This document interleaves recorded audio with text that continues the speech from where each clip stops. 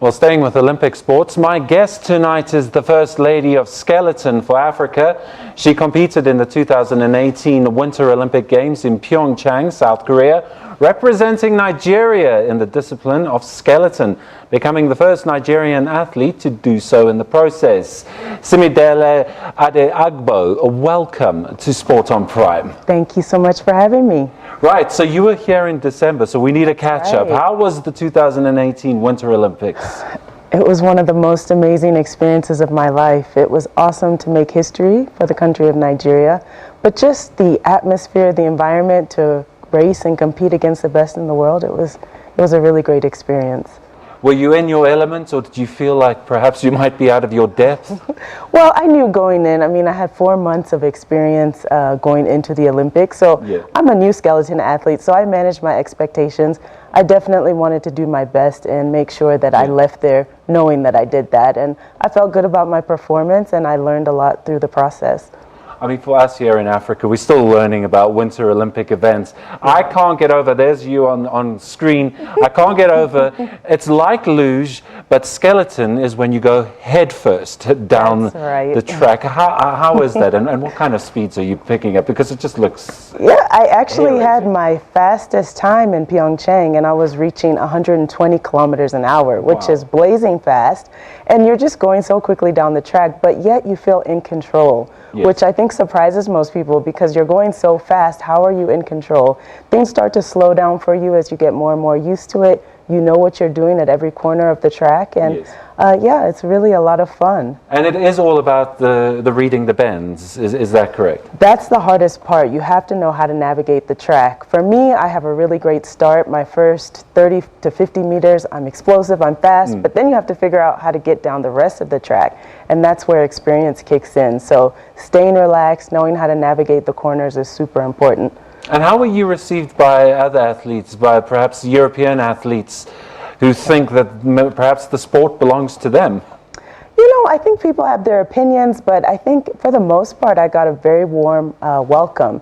In fact, the IOC president came and congratulated me after I finished my 4th run, and that felt really great. I think the sport is growing, it's expanding, it is a global sport, and I'm glad that I could kind of break that barrier for Africa, and I'm looking forward to future generations following behind me.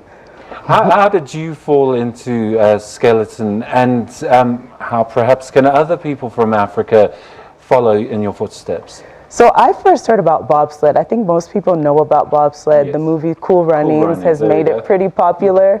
And so I inquired about bobsled originally, but when I went to my first camp, I discovered this thing called skeleton, and I said, well, maybe I'll give that a try, and I was brave enough to try it, and ever since I've been learning the sport. So I think now I've inspired, I've shown people that it is possible, so people just have to kind of access the sport. I know that South Africa actually had the very, very first African skeleton athlete at the Olympics in 2006. So the precedent is already there, and I think people just need to go and figure out how to try it out, whatever country they're coming from. All you need really is speed, which a lot of people have, speed, power, explosiveness. Now find your way to some ice and get a chance to go down the track. Where do we find these facilities? And if we cannot find the facilities, perhaps in the country we are in, but we have access to other countries, what kind of training do you do to substitute what we are seeing on the screen? So there's very few tracks around the world, and that is a challenge. There's, I think, less than 15, and they're in Europe, they're in Asia, they're in North America. So access to it on the continent physically is currently challenging. But the thing is, you do about 70% of your training away from the ice. Okay. So I just go to the gym, I train to get explosive, powerful, strong. All you need is a running track, some weights, and we have that right here at home in Africa. So then when you need to get to the track, you just, make the trip. Right. And where was the track that you trained at?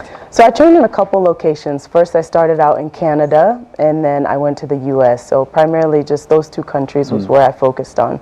And do you think perhaps for people from the continent, the U.S. collegiate system would be a leg in to find the facilities, to find the sport that would take them to the Olympics?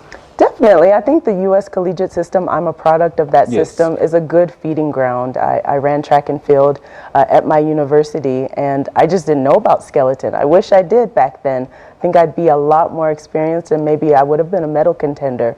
But I think the more and more awareness we can raise for the sport, the better.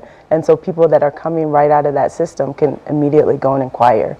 Right, so you've found the platform, you've achieved. What's the next step for you?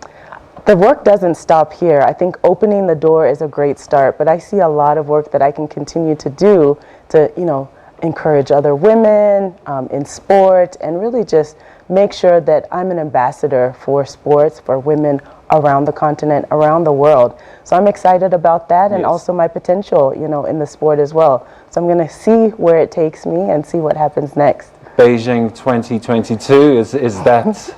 I haven't ruled it out. I'm taking one day at a time. I'm still basking in my Olympic glory, and we'll see what happens. Well, thank you so much for joining us. It's an education to get to know Winter Olympic sports, but to get to meet somebody who wants to go head first down that track, I can't get over that. You have to be brave. Thank you very much for joining us here on Sport on Prime. Thanks for having me.